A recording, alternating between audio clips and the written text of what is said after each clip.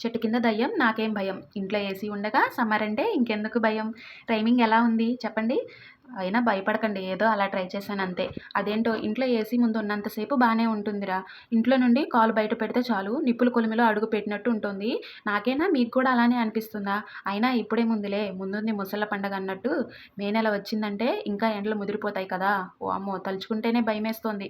మరి ఇంత ఎండలో కూడా కూల్‌గా ఉండాలంటే ఏం చేయాలో చెప్పనా? ఏం లేదు.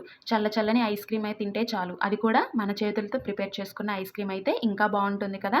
అందుకే ఇంట్లో కస్టర్డ్ పౌడర్ ఉంటే కస్టర్డ్ పౌడర్‌తో ఫ్రూట్ సలాడ్ కదా చేసేది అని అడుగుతారేమో! ఐస్ క్రీమ్ కూడా చేసుకోవచ్చు. టేస్ట్ అయితే సూపర్‌గా ఉంటుంది. ఒక్కసారి తింటే ఇక బయట కొనడమే మానేస్తారు. అంత బావుంటుంది టేస్ట్. ఎలా చేయాలో చెప్తాను చూసి ఫాలో అయిపోండి. మరిగే పాలలో బెల్లం పొడి తగినంత వేసుకొని 2 స్పూన్స్ కస్టర్డ్ పౌడర్ వేసి చిక్కబడేంత వరకు ఉంచి చల్లారాక ఒక గిన్నెలో పోసుకొని ఫ్రిడ్జ్‌లో ఒక 4 గంటల సేపు పెడితే గడ్డ కడుతుందనమాట.